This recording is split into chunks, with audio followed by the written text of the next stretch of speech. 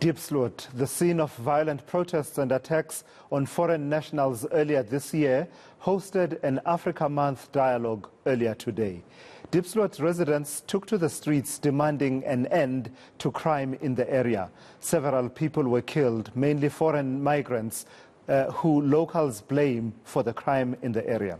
John Jeffery is Deputy Justice and Correctional Services Minister, and he delivered the address today and joins me now from Pretoria for an update on what transpired from there. So this is followed through by way of you visiting to the community, Deputy Minister John Jeffery. But what has followed through been in terms of action? Because, of course, you're not the first member of the executive to visit Diepsloot. Shortly after the killing there of that man, Elvis Nyati, there were some visits by ministers, including Minister Begicele. So what's the actual follow-through in terms of action and delivery on some of the grievances that were raised by the community? Yeah, look, this was a Africa Month event. Diepsloot was chosen because of the problems that it's had before in the past with social cohesion. I was accompanied by Deputy Minister Pinky Kekana, Deputy Minister in the Presidency, and it primarily was an engagement with the community, not us giving speeches, but listening to what people were saying. In terms of updates, the police have a program in place, and were saying that they have there's a greater degree of safety in the area than before. The one thing from Justice's side is that we will be opening 2 courts in the police station, the Diepsloot police station.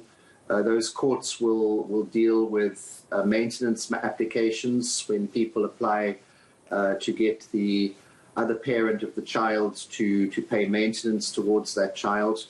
And the other one then is for domestic violence and protection from harassment orders. Previously, people had to go to Randburg for that. Now, from the 1st of July, they'll be able to go and do it at the local court, which is sort of housed in the police station. So those were the sort of 2 positive issues that have happened. We will be looking at expanding the services if we can, depending on how it goes. Sure. So maybe even setting up a smaller criminal court. But yeah, that's some of the issues happening. I was about to ask you exactly that, Deputy Minister, that if there's a need for access to court within the area of Diepsloot, and as far as the issues of maintenance as well as things such as domestic violence, if there's that need, doesn't it point to a greater need for a greater court access? Because, as you say, until now, residents there have had to rely on the Randburg Magistrates Court, which is a bit of a distance from Diepsloot. Yeah. No, definitely, and that's why we are setting up these 2 new courts. The problem is that I think the courts are a bit behind the large migration of people to Midrand, so a lot still falls under Sandton. The advantage is that previously, look, the issue then would be a criminal court for minor cases, because the problem is at the moment we're using the police station facilities, so they're not that extensive. The holding cells are limited. I think they've only got the capacity to hold 50 people in those cells. But at least this is a start. So while you were there and engaging with the community, it emerged that there's some confusion around how to deal with the issue of undocumented migrants. Where does this confusion come from? I don't know, was there a period when there was a moratorium on deportations, and perhaps could it have come from then, such that, I don't know, judicial officers and others, I don't imagine judicial officers, but perhaps others within the system are really not sure what's supposed to happen? Yeah, look, it did come from the meeting where people were complaining that illegal migrants, undocumented migrants were being arrested, going to court, and then people would see them back in the community. But it actually came up in a briefing to me when I was visiting the court facilities in the upstairs section of the police station, where the prosecutors and the police were telling me that people being taken to court, and I think at the moment they're going to the Randburg court, the illegal immigrants who are arrested have to appear in court within 48 hours, as does any other person arrested. But what they were telling me was that it doesn't appear that any of those people are being deported. And that's an issue that I've got to go into. I've said I will meet next week with the prosecutors, the police, and Home Affairs to find out exactly what is going on. Is it correct that people are not being deported?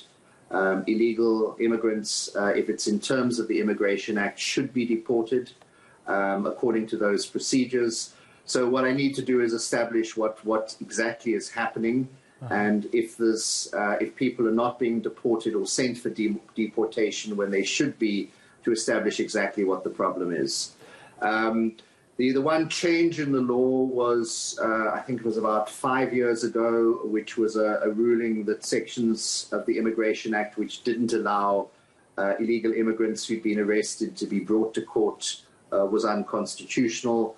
And the position is then that any person arrested as an illegal immigrant must be brought to court within 48 hours, as is the case with any suspect arrested for a crime. Lastly, Deputy Minister, on a broader issue, perhaps we're using Diepsloot as a microcosm of the issues that many communities face. And I'm going to list a few of them and then ask you the question. Elvis Nyati and the killing of Elvis Nyati in Diepsloot, what we saw in Zandspruit, the killing of those 8 young men last year, the protests in areas like Mthatha about concerns about policing, as well as just general treatment of issues to do with violence against women. The community of Hazyview, Mkanduzweni in Mpumalanga after the killing of Buntle Mashiane, and the mass killings that we see from time to time in areas in Cape Town. Cumulatively, doesn't it suggest to you that something more fundamental is happening, a chipping away at the edifice of the rule of law, perhaps being undermined by a lack of confidence? It may not necessarily be in, within your domain, particularly as justice, but as a system as a whole, from policing, investigations, prosecution, and correctional services, etc., etc. What's your sense there? It feels to me that something fundamental is happening. Look, unfortunately, issues of mob killings have been not new in South Africa, but they're extremely problematic. People can't take the law into their own hands. The people that they are chasing, abusing, killing may in fact be innocent. There's a reason why we have this provision of a person being innocent until proven guilty, because you can suspect somebody and then find that they had nothing to do with the case afterwards. So it is of great concern. We've got to ensure that cases are properly investigated and that cases are prosecuted so that people can see justice being done and the criminals in our society can be held to account for their actions. All right, I've got to thank you for your time and your insights here on ENCA. Deputy Minister of Justice and Correctional Services, John Jeffery, joining me here on Newsnight.